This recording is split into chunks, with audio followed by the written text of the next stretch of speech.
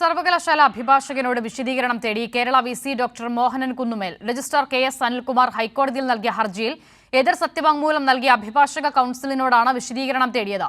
Mini Kappan നൽകിയ വിവരങ്ങൾ മറച്ചുവെച്ച് സത്യവാങ്മൂലം നൽകിയെന്നതാണ് വിസിയുടെ ആരോപണം.